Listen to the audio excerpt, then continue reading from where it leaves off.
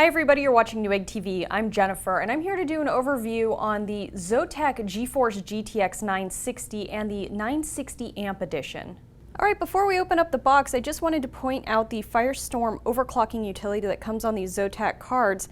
This allows you access to fine-tune the card the way you would like it, give you a quick boost with a one-click instant acceleration, as well as a real-time control panel, so you can have access to temperature readings, voltage, speed readings, and more.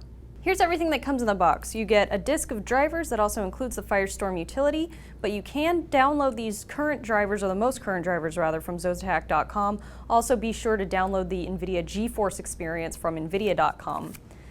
You get an extended warranty information booklet, your user guide, and a Molex to 6-pin connector.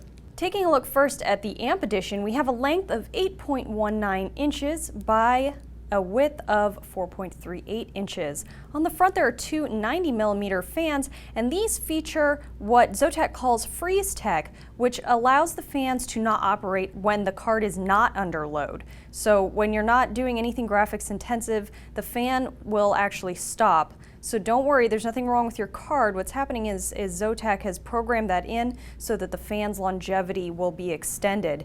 Below the fans, there's a nice fin array. Also inside the fin array, you'll see a very large 6mm copper heatsink that is keeping the entire thing nice and cool. All right, mounted to the back, we have what could be called a little GPU chassis. But basically what it's here for is to protect your PCB and also help prevent sag.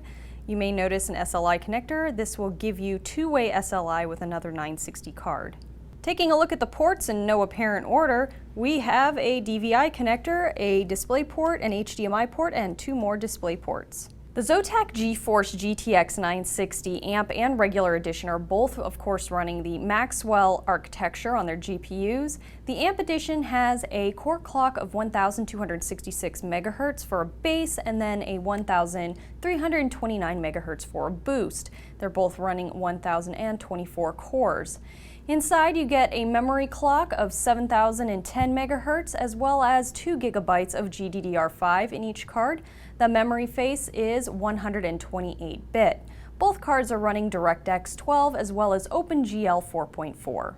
Really quickly, I want to go over the 4 key points on the Zotac 960 that are different from the Zotac 960 amp edition.